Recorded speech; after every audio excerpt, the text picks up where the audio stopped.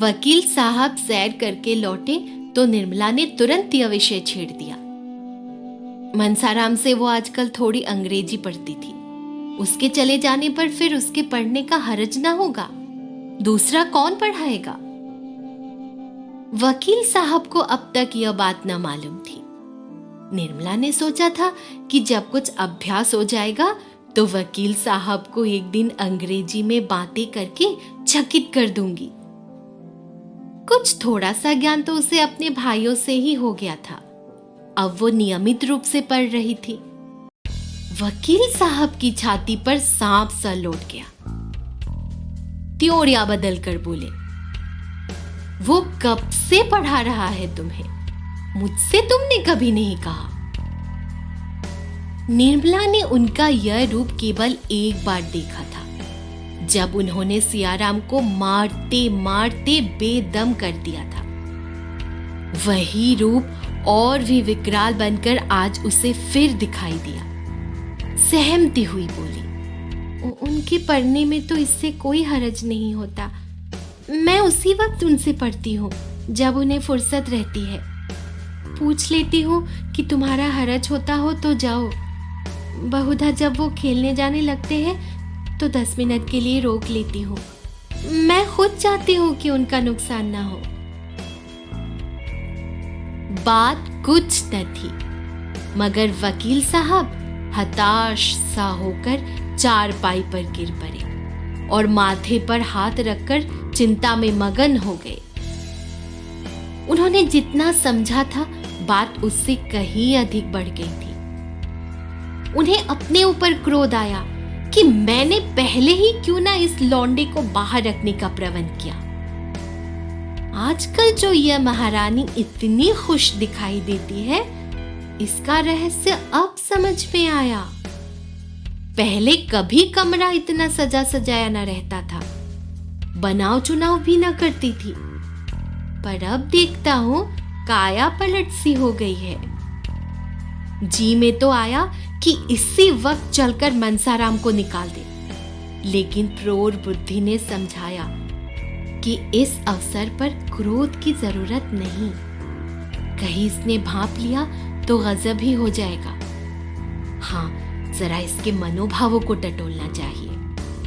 बोले, ये तो मैं जानता हूं कि तुम्हें 2-4 मिनट पढ़ाने से उसका हर्ज नहीं होता, लेकिन आवारा लड़का है, अपना काम न करने का उसे एक बहाना तो मिल जाता है।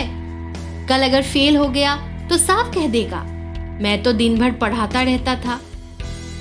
मैं तुम्हारे लिए कोई मेस नौकर रख दूंगा, कुछ ज्यादा खर्च ना होगा। तुमने मुझसे पहले कहा ही नहीं। वो तुम्हें भला क्या पढ़ाता होगा? 2-4 शब्द बताकर भाग जाता होगा। इस तरह तो तुम्हें कुछ भी ना आएगा। निर्मला ने तुरंत इस आक्षेप का खंडन किया। नहीं, ये बात तो नहीं। वो मुझे दिल लगाकर पढ़ाते हैं और उनकी शैली भी कुछ ऐसी है कि पढ़ने में मन लगता है। आप एक दिन जरा उनका समझाना देखिए। मैं तो समझती हूँ कि मिस इतने ध्यान से ना पढ़ाएगी। मुंशी जी अपनी प्रश्न कुशलता पर मूंछों पर ताव देते हुए बोले, दिन में एक ही बार पढ़ाता है या कई बार? निर्मला अब भी इन प्रश्नों का आशय न समझी। बोली, पहले तो शाम ही को पढ़ा देते थे, अब कई दिनों से एक बार आकर लिखना भी देख लेते हैं। वो तो कहते हैं कि मैं अपनी क्लास में सबसे अच्छा हूं। अभी परीक्षा में इन्हीं को प्रथम स्थान मिला था। फिर आप कैसे समझते हैं कि उनका पढ़ने में जी नहीं लगता? मैं इसलिए और भी कहती हूँ कि दीदी समझेंगी इसी ने ये आग लगाई है। मुफ्त में मुझे ताने सुनने पड़ेंगे। अभी जरा ही देर हुई है, धमका कर गई है। मुंशी जी ने दिल में कहा, खूब समझता हूँ, तुम कल की छोकरी होकर मुझे चढ़ाने चले।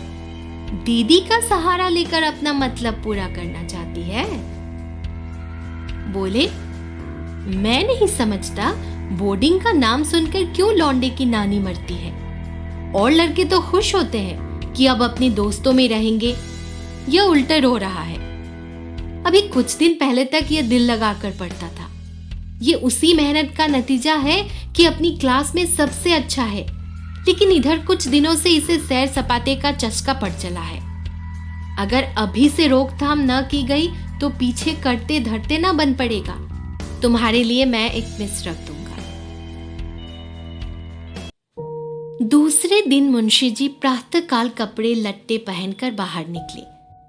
दीवान खाने में कई मुवक्किल बैठे हुए थे।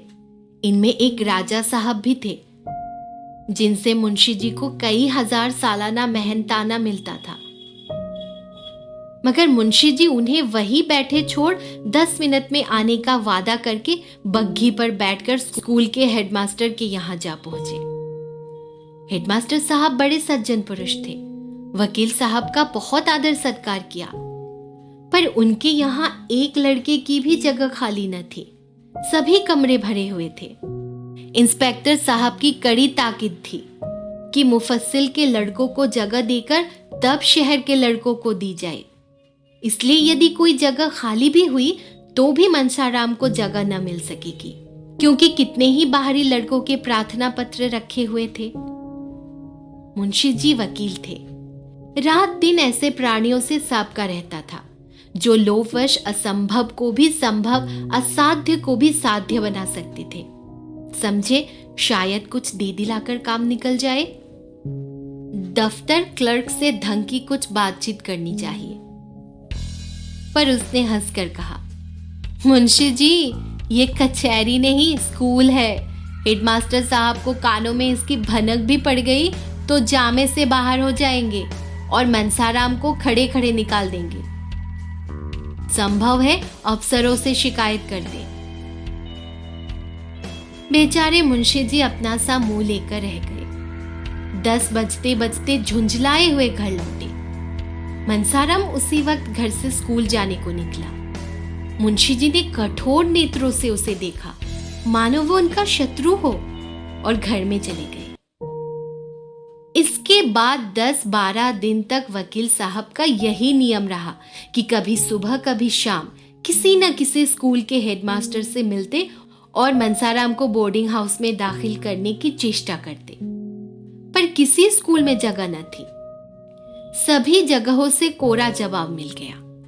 अब 2 ही उपाय थे, या तो मनसाराम को अलग किराए के मकान में रख दिया जाए या किसी दूसरे स्कूल में भर्ती करा दिया जाए। ये दोनों बातें आसान थी। मुफस्सिल के स्कूलों में जगह अक्सर खाली रहती थी, लेकिन अब मुंशी जी का शंकित हृदय कुछ शांत हो गया था। उस दिन से उन्होंने मनसाराम को कभी घर में जाते न देखा, यहां तक कि अब वो खेलने भी न जाता था।